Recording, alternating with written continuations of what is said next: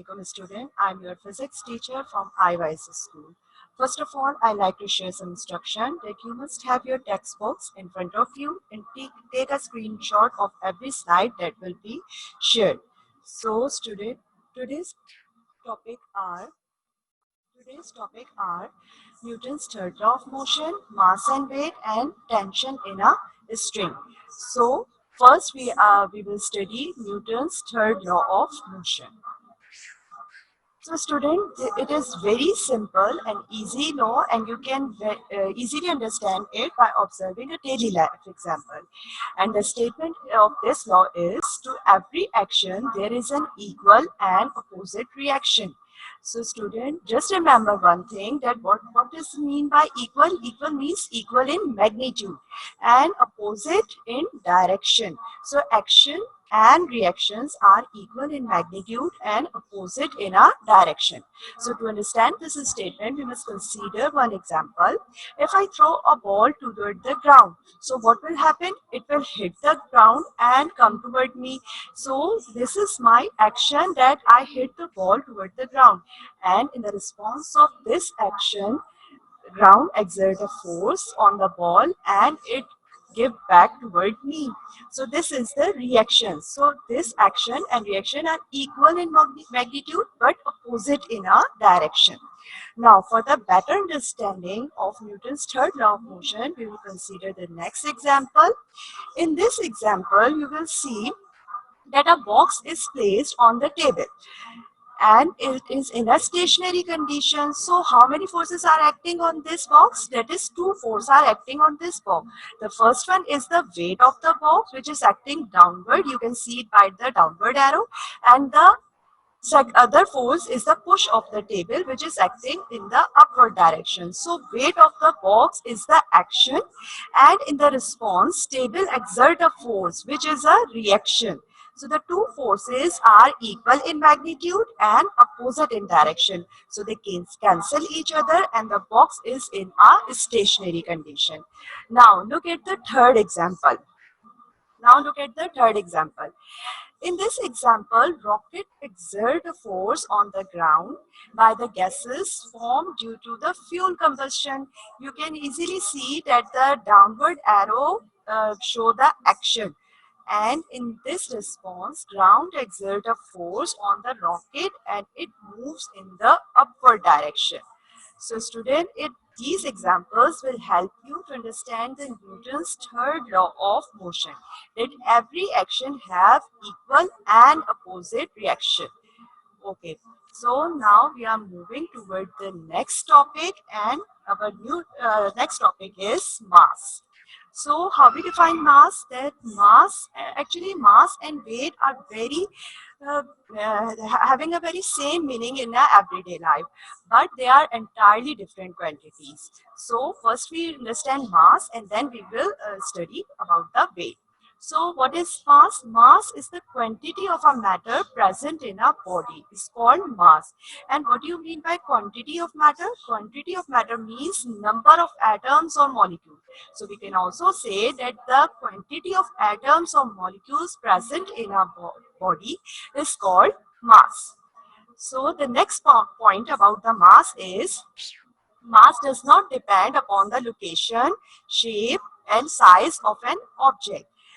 For example, if I have a 2 kilogram plastic, so I make a ball with it and I again take a 2 kilogram plastic and make any toy with it. So the shape and size of the two toys are different, but the quantity of a matter of both the toys are same, and that is 2 kg or 2 kilogram plastic. Okay. Now, the third point is mass of an object will be the same no matter where the object is located. For example, consider the two conditions in which one is placed on the earth and other object is placed at the same object is placed on the moon. So student, tell me that will the amount of the matter in the object be different? Obviously no. The amount of matter in both the cases will be same.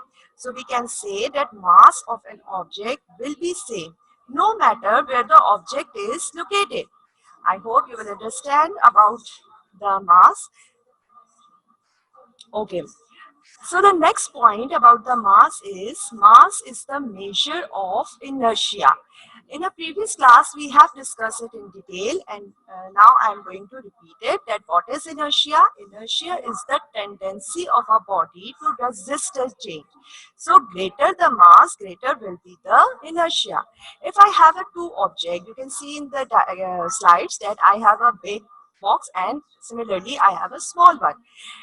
So, which one is easy to move? Yes, it is very obvious that the object having a less mass will move fast, or we can say that it accelerates fast by the application of a small force because it has less inertia as compared to the object having a greater mass and required greater force to move it. So we can say that it possesses greater inertia. Okay, so student, due to this quantity that greater mass will produce the greater inertia, we can also say that mass determine the acceleration in a body under the influence of force. As you know that a second equation, second law of motion give us that F is equals to ma. So on simplification, we can write that A is equals to F over m. So by using this equation, if we know the mass of an object and the applied force, we can easily find the acceleration by just putting the value of force and mass, then we can find the acceleration. So we say that mass determines the acceleration in a body. Now we are moving toward the next slide, and it's about the measuring instrument of mass. Student, you have seen physical balance in your science lab. So mass is measured by that physical balance. And it is a scalar quantity, and you know very well that what are scalar quantities? Scalar quantity means the quantity which does not require any direction. So it does not require any direction and it is a scalar quantity. Now the unit. The SI unit of mass is kilogram or kg. So it is all here the topic mass is n, and we are moving toward the next new topic, that is weight. Okay. So how we define the weight? Weight is the force with which Earth attracts the body toward its center. Okay, to understand the weight, we must remember that weight is a pull of gravity, or we can say that weight is the measure of gravitational pull. And what is mean by gravitational pull? Weight determine that with what strength Earth attract an object toward itself. Or we can also say that how strongly gravity pulls on that matter. Okay, we consider an example. If I am standing on the earth, then my weight is about 560 Newton. And if I am standing on a moon, so my weight will be decreases and it become 90 Newton. So student, tell me one thing. Why it has happened that the weight of the moon is 90 Newton and the weight of the earth is 560 Newton? 560 Newton. Why it has happened? Yes, it has happened due to the less gravity on the moon. But my mass on both the places will remain same, and that is 56 kg. So we conclude that pull of gravity is stronger on Earth. That's why we measure greater weight. But the pull of gravity is less on Moon. So we measure less weight. And therefore we can say that weight is the measure of gravitational pull. I hope this example will help you to understand the topic of weight. Now, the direction of a weight. As I told you that the weight is the force, is a pull. So the direction of the weight of a body is always toward the center of the earth. Okay, so the formula. Now, as we know that according to the Newton's second law of motion, we have F is equals to ma. Okay. Now we consider a free falling body. So student, do you remember what is free falling body? We have discussed free falling body in detail in the chapter kinematics. But here I am again repeated that it is a downward motion under the influence of gravity, or when the force acting on an object is gravity, the object is said to be free fall. So we replace acceleration A by acceleration due to gravity and force by W. W indicate the weight, which W represent the weight of the body. So we replace F by W and MA, we replace it by acceleration due to gravity. So weight determine W determine represent the weight of the body, mass represent M represent the mass of the body, and G represent the acceleration due to gravity. So this is the final form of the formula of weight, and that is W is equals to mg. Now so student, can you guess that what is the unit of the weight? Yes, in the SI system, as I told you that weight is equals to the force, or we can say that weight is a force. So its unit is also a Newton. We replace mass by the kilogram and acceleration due to gravity by the meter per second square. So collectively it is known as Newton. Okay, and weight is a vector quantity. As I told you that weight is always directed toward the center of the earth. So weight is considered as a vector quantity because it required a direction. Now the next topic is tension in a string. So how we define it? Define tension. Tension is a force exerted by a string on a body to which it is attached. For example, if I have a ball with a string, then the weight of the ball pull it downward while the string pull it upward with an equal force. This force exerted by the string on a body and which is known as a tension. So the SI unit of the tension is Newton because it is a force. So its unit is same as of Newton. The next topic is about the motion of the bodies connected by a string passing over a frictionless pulley. So the motion of the bodies will be divided into two cases. Case 1 is when both the bodies moving vertically. As you can see in a diagram that we take the two bodies A and B. This is body A and this is body B. So we take the two bodies A and B, and the body A having a mass m1 and body B having a mass m2. And student, remember one thing, that mass 1 is greater than a mass 2. That mass 1 is greater than a mass 2, and hence body A will move downward with an acceleration A and body B will move upward with an acceleration A. So why body A will moving downward? Because it has a greater mass, and due to the greater mass it will move downward. And why body B move upward? Because it has a less mass than the M1, so it is moved upward. Okay, now we are going to derive the equation of motion of body A and body B.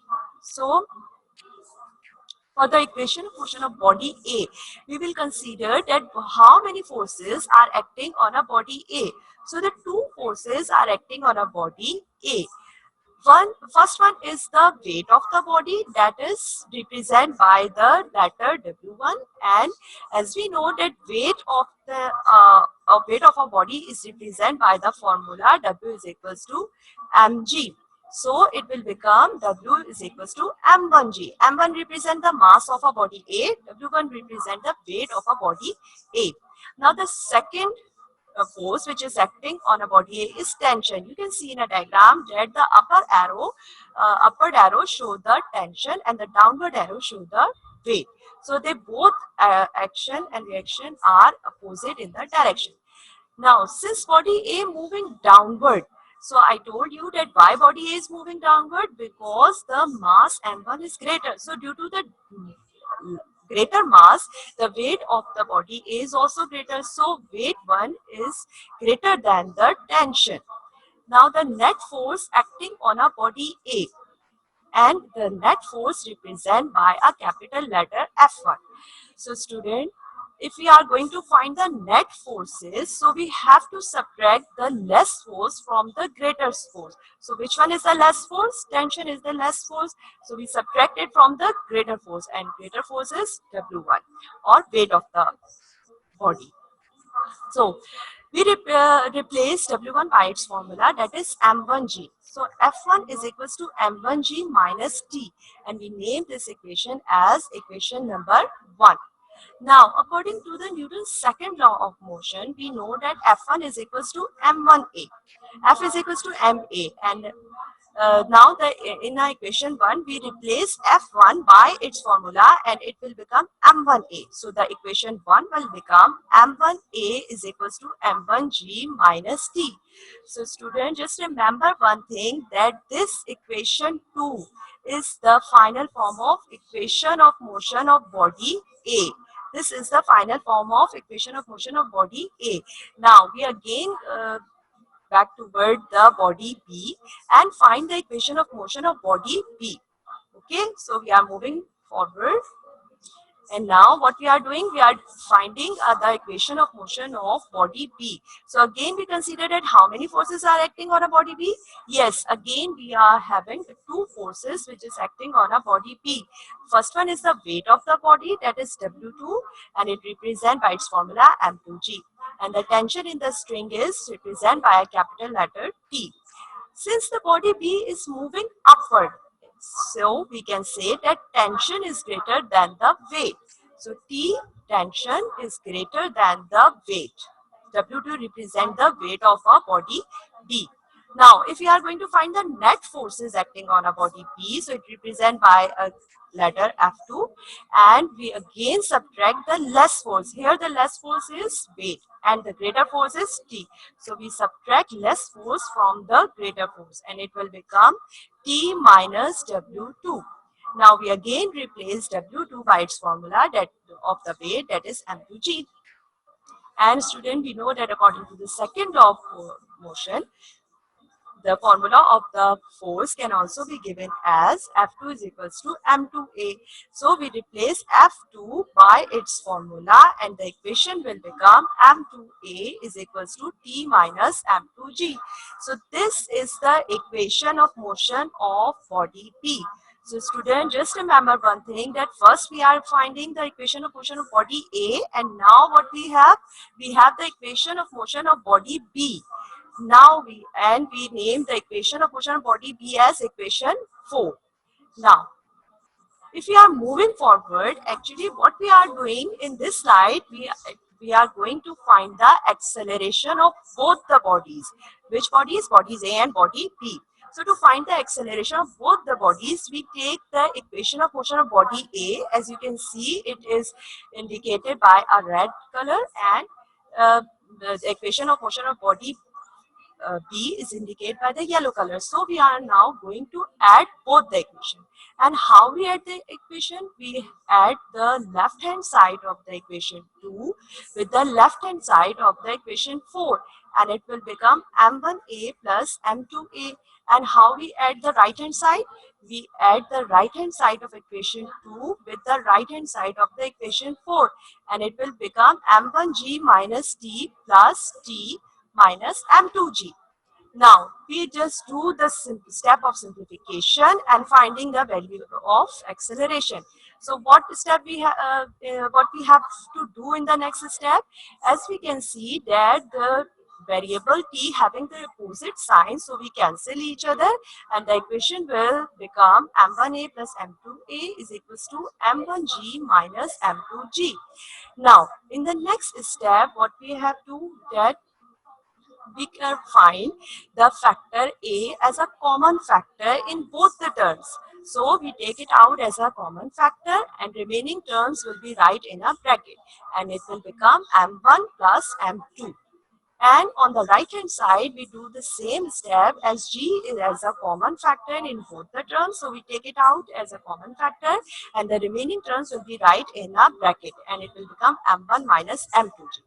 So student, in our last step, what we have done, that we move the expression M1 plus M2 toward the right hand side, and as you know that it will multiply with the acceleration A. So when we are moving it toward the right hand side, it will become the denominator of the expression which is present in the right hand side. So this is the equation of acceleration of the two bodies moving vertically. over a frictionless pulley.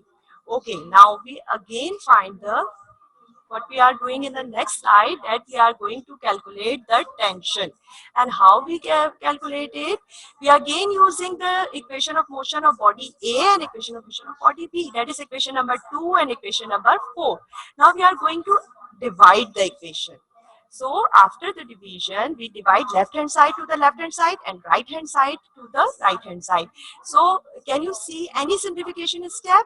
Yes, as we know that the acceleration is present on the numerator and the denominator, so we cancel it and the equation will become m1 divided by m2 is equals to m1g minus t divided by t minus m2g. The remaining terms will remain same. There is no change on the right hand side.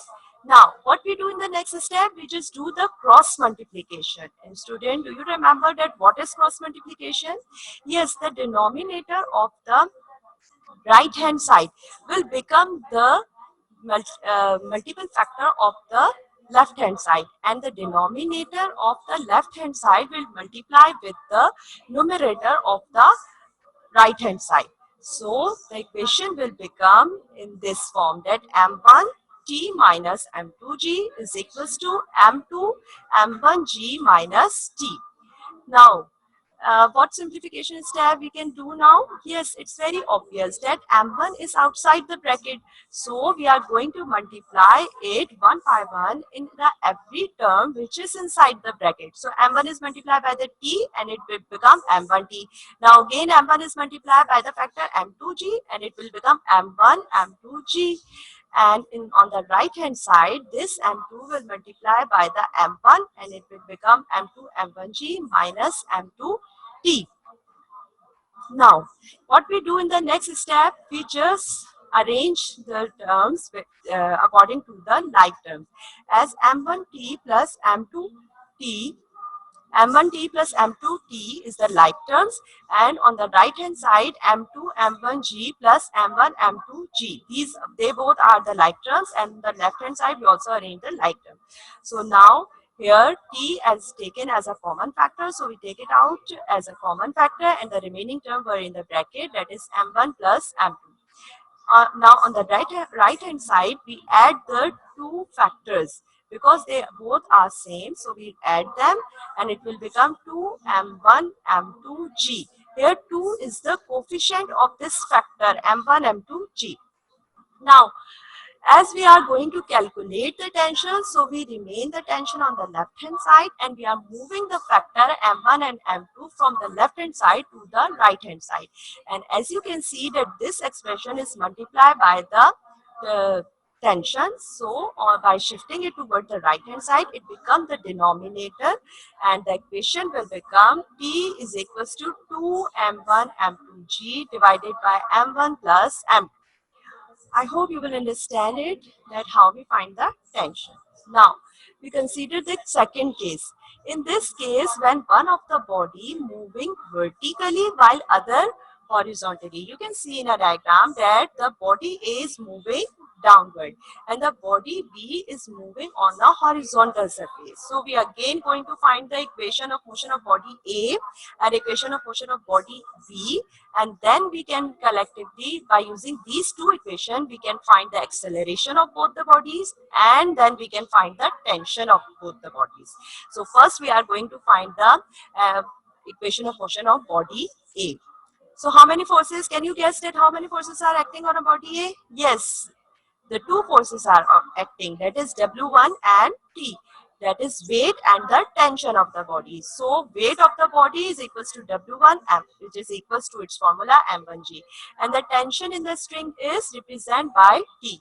Since the body A moving downward, so we can say that weight is greater than the tension. So the net forces acting on a body A is F1, and how we find the net forces? We do the same step as we have done in the previous derivation, that we have to subtract the lighter body to the lighter force from the heavier force. So T is the lighter one and W1 is the greater one. So we subtract W1 minus T. Now we replace W by its formula and it will become M1G. So student, according to the Newton's second law of motion, we know that F is replaced by its formula, the force is replaced by the formula F is equals to ma. So equation 5 will become m1a is equals to m1g minus t. This is the final form of equation of motion of body A, and we name it as equation number 6. So remember it that this is the equation number 6. Okay. So now we are moving toward to find the equation of motion of body B. And how many forces are acting? Yes, there are three forces are acting on a body B. But here the action of a body B is the weight, and the reaction of the horizontal surface is on the upward direction. And it is cancel each other. They both are same, equal and opposite in direction. So they both are cancel each other. So only one force is acting on a body B, and that is the tension. Okay, so the net force of the acting on a body B is the only force, and F2 is equals to the tension because weight is cancelled by the reaction of the horizontal surface, and its equation of motion of body B will become so simple, and we just replace force by its formula, that is m2a is equals to t. So this is the equation of motion of body B. Now student, we are using the equation of motion of body A and equation of motion of body B to find the acceleration, okay, of both the bodies. So what we have to do, we just do the same step, that we are going to add both the equation, that is equation 6 and equation 7. And how we add it? We add left hand side of the equation 6 with the left hand side of the equation 7, and right hand side of the equation 6 by the right hand side of equation 7. And the equation will become m1a plus m2a is equals to m1g minus t plus t. Now, can you see any simplification step? Yes, we have a same variable but with the opposite sign. So we cancel these two variables, and the equation will become m1a plus m2a is equals to m1g. Now, again, we have a as a common factor, so we take it out as a common factor, and the remaining term were in a bracket. And as we are going to find the acceleration, so we remain it on the left hand side and shift the expression m1 plus m2 from the left hand to the right hand, and it will become the denominator of m1g. So this is the final form of acceleration of the two bodies when it is moving on a, one is moving vertically and other is moving horizontally.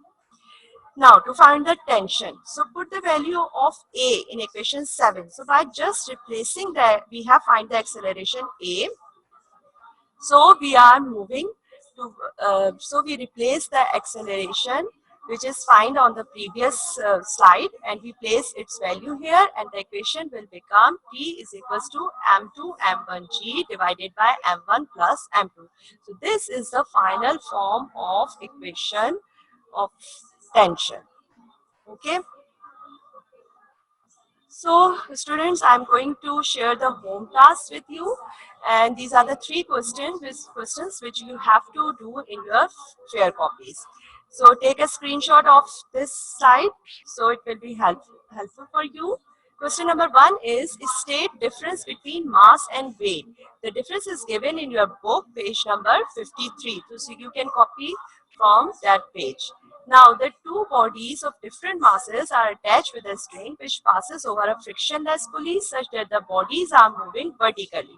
So, student, this is, you can write the answer of this question from the slide number 11, 12, 13, 14. Actually, the answer is related to the case 1. Okay. Now, drive a formula in a question number 3. Drive a formula of acceleration and tension when one body is moving horizontally while the other is moving vertically over a pulley. So you have to write a derivation of the acceleration and tension of a case 2. Okay. So this is all from my side, and I hope you will understand it. And Allah Hafiz.